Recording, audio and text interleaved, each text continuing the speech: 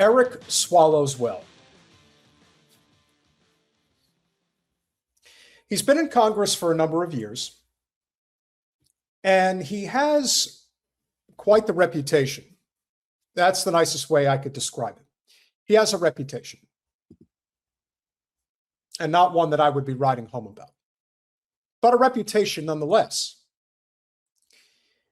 Eric Swalwell is somebody who was at the forefront of the Russiagate nonsense that started in earnest back in 2016 when it came to the releasing of the WikiLeaks files by Julian Assange, showing systematically how the Democratic Party, on behalf of Hillary Clinton, led by Debbie Wasserman Schultz, rigged the Democratic primary against Bernie Sanders.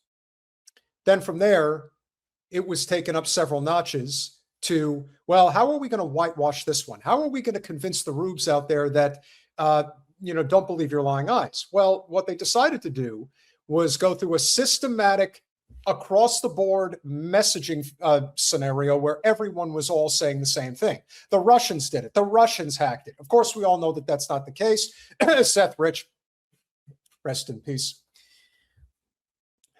But that didn't stop there. And it certainly didn't stop Swalwell from doing the same thing, saying that Trump was an agent of Russia, and that's exactly why he got elected. The Russians stepped in.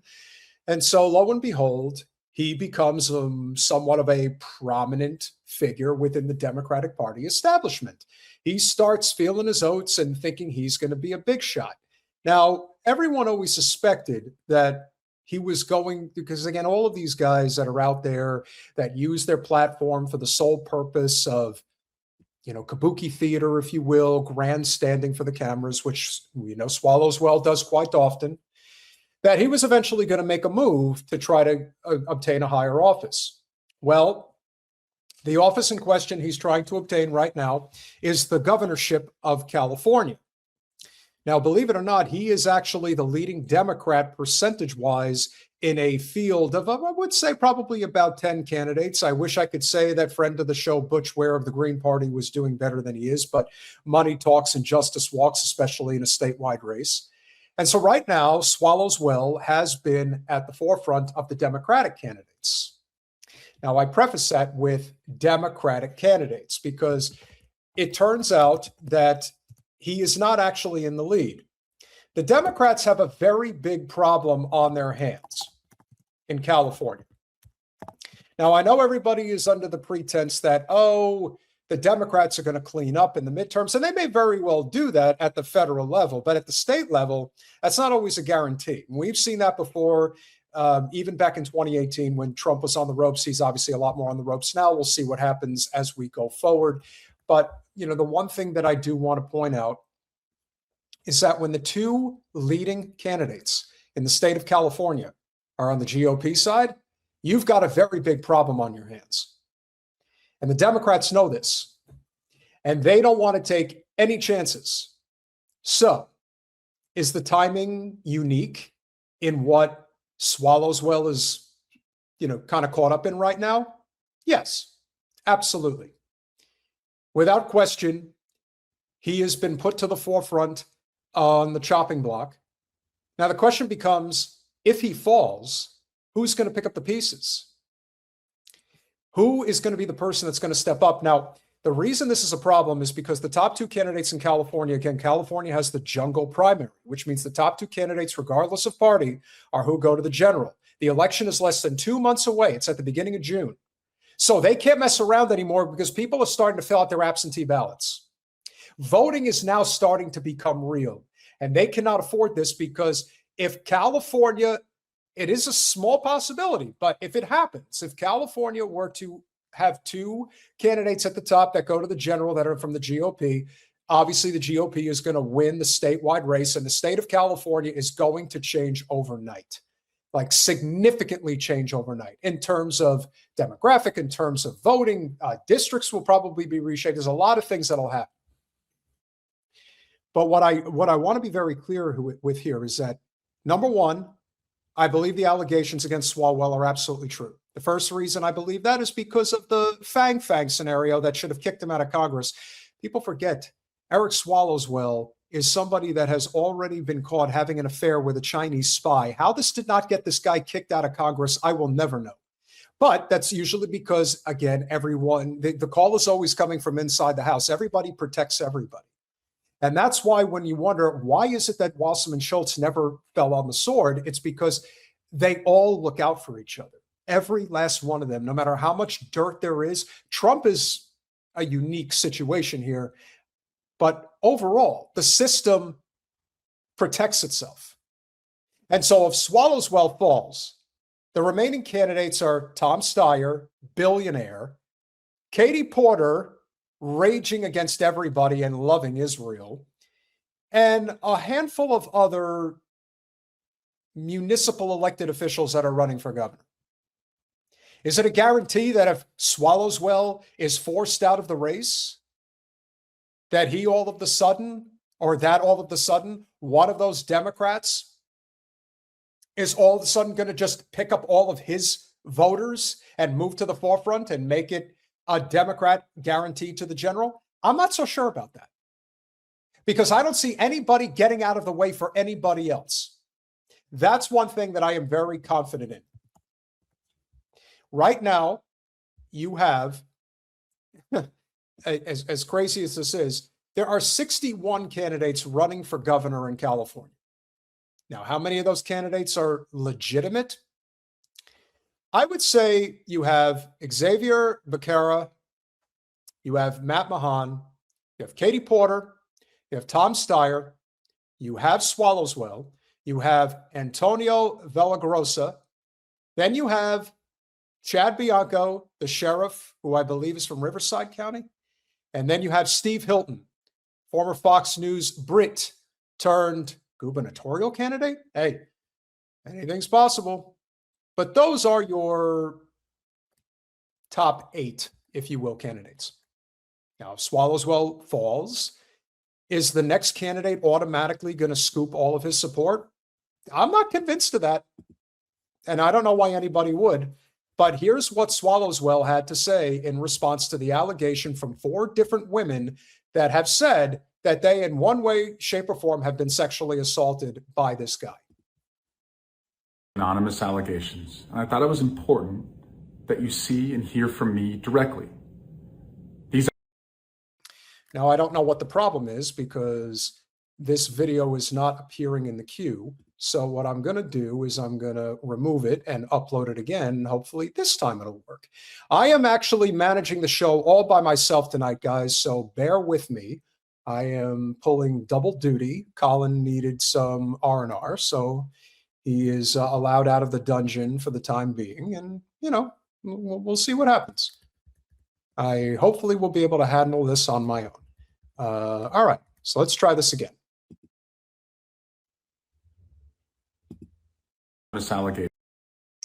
All right, well, we are having technical difficulties already on the stream, so I'm going to have to figure out what the problem is here and see what I can do.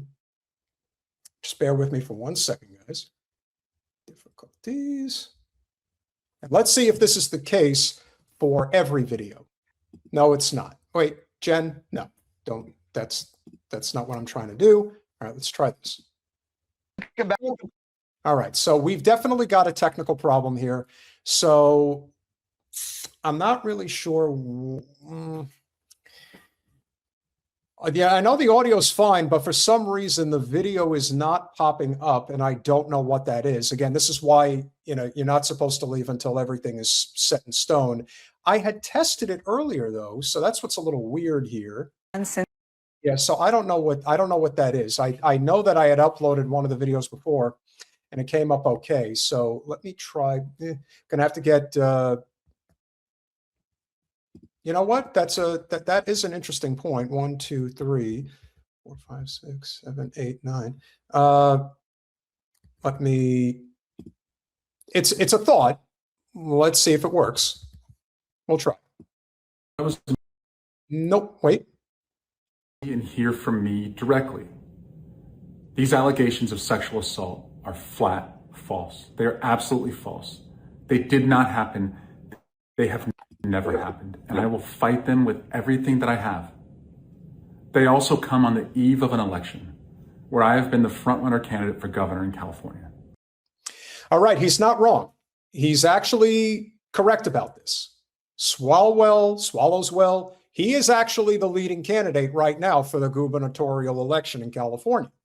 So he is not without merit on that part.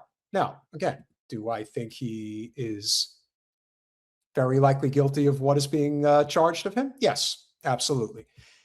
But remember this, politics is a very dirty game. And if you get involved with the wrong person at the wrong time, it will come back and get you. Maybe not immediately, but at some point it will. I do not suggest to you in any way that I'm perfect or that I'm a saint. I have certainly made mistakes in judgment in my past, but those mistakes are between me and my wife. And to her, I apologize deeply for putting her in this position. All right, so he's admitting infidelity right there. So he wants to get out in front of the fact that he sleeps around.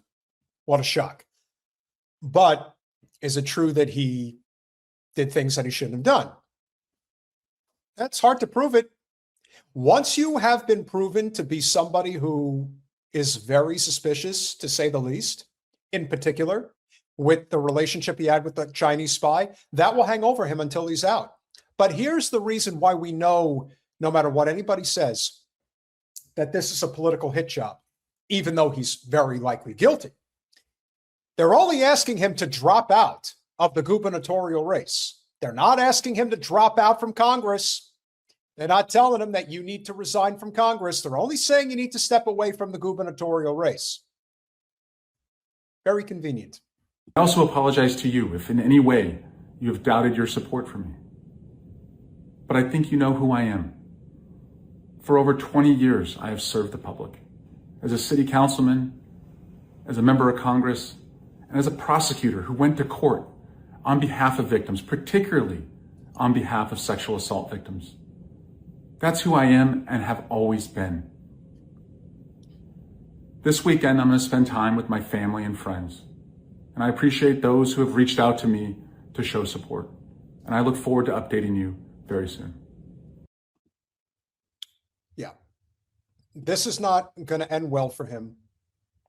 I think it is very likely he's going to get pushed out, and whether it's because they're going to make him an offer he can't refuse, I think it really comes down to the fact that the internal polling is scaring the shit out of them.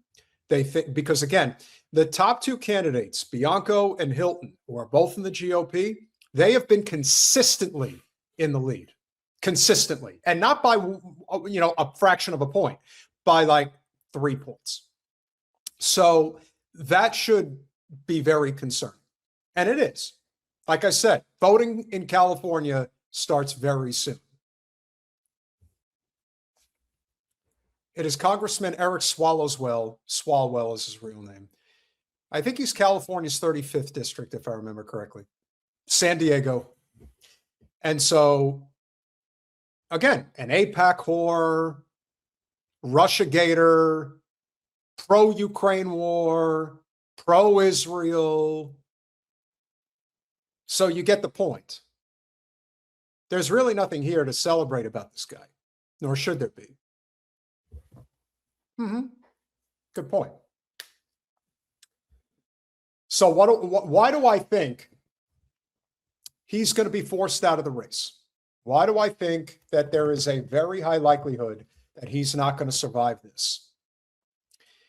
The biggest reason, above all others, that I do believe he is in big trouble is because one of the women that he was involved with, and this is not something that he's denying, this is something that has become pretty well documented in political circles.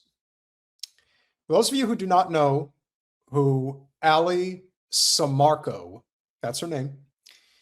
So Ali Samarco, like a lot of other people out there, is a political operative.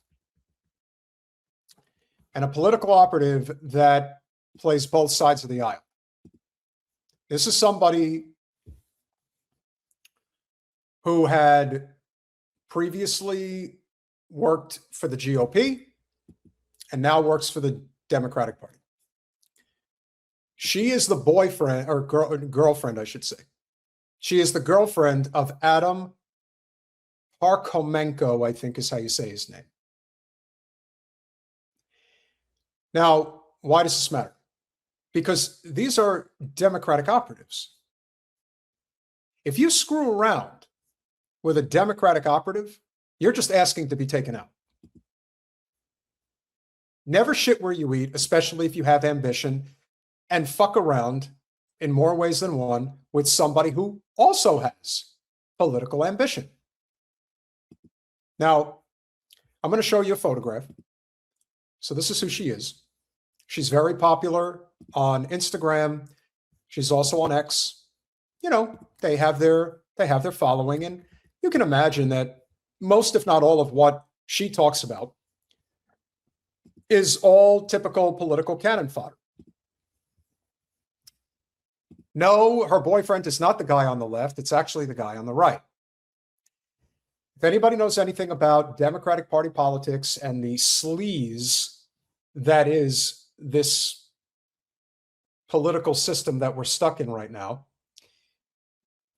these two are two of the sleazier people that do the type of ops for the Democratic establishment that you could possibly imagine. Now,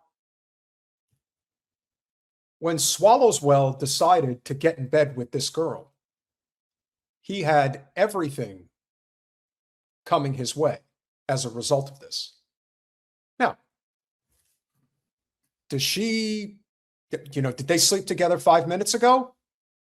I highly doubt it. But do I think they slept together and she was going to use this against him whenever it was politically expedient and convenient for her to do so? 1,000%. And the guy that she's dating, who is on her left, he is the same way. He is a Democratic Party operative, and they do what they have to do to advance their career. That's it. The Democratic establishment told them, we got to get rid of Swalwell. He's not polling well enough. We can't push ahead. And he's not moving it. The needle is not moving for this guy. We're in a lot of trouble. Now, do I think that they're going to rally behind Tom Steyer and that's where the support's going to go? Probably not. I think at the end of the day, they know that Katie Porter is a player and that she'll go along to get along. She'll do exactly as she's told, no matter what she used to do. And that's where I think this is heading. So if you want to understand how these pieces connect in the grand scheme of the political arena that we play in on a daily basis, this is it in real time. Ambitious, halfway decent looking congressman in San Diego, where there's a lot of money. He's got a lot of ambition. He wants to go for the brass ring. He sucks off the establishment as hard as any whore possibly could. And of course, he is a floozy. So naturally, he thinks he's cock of the walk in DC. He probably has screwed around with a lot more than 4 women on his wife, which is why he apologized in that video. Not that he's accepting responsibility for potentially being a sexual assaulter. No, what he's doing is acknowledging the fact in public that, yeah, I'm a sleaze, I'm a cheater, but I'm not going to admit that I'm a rapist or an assaulter. Ali says he is. And in the end, the Democratic Party has a lot more use for people like her and her boyfriend than they do for Eric Swalwell. So good luck. You'll need it. You are hopefully going to be on your way out sooner rather than later. And that's just one of many. But do I think that the Democratic Party is going to be able to rally itself out of this predicament that they have in California? I'm not so sure about that. I think there's a lot of people in California that are probably not saying this out loud, but they're probably Democrats, and they're tired of the way the Democratic Party has run the state for the past 30 plus years. The last time they had an elected official that was in the GOP was Arnold in the air, but I destroyed the state of California. So now they might come back. We're coming back. It's basically 20 years. It's a long time.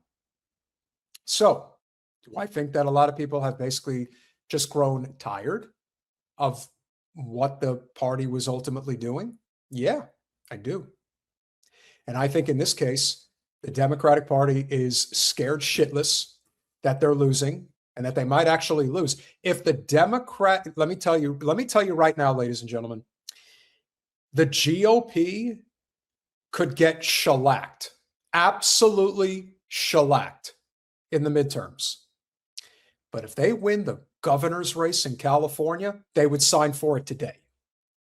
Get a complete wipeout by the Democrats at the federal level. But the trade-off is that they get to take over the state of California for at least 4 years. They'll do it in a heartbeat. Guaranteed. They will 1,000% take that trade. And I guarantee you right now, there's probably a lot of money that the GOP is pumping into California. It wouldn't surprise me in the least. When the numbers are suggesting that they have a chance to pull this off, then that means that they're going to go for it. And now that the Democrats are riddled with scandal, self-inflicted or not, I 1,000% believe that this is an op move on their part to get Swalwell out because he can't hold the bacon. That's what they're looking at. They're saying this guy's in the lead and he can't get ahead of these two GOP candidates. Something's wrong. Now it's going to get worse. So do I think it's a slam dunk? No. But I would definitely say that they've got a lot to be concerned about right now, and they should be.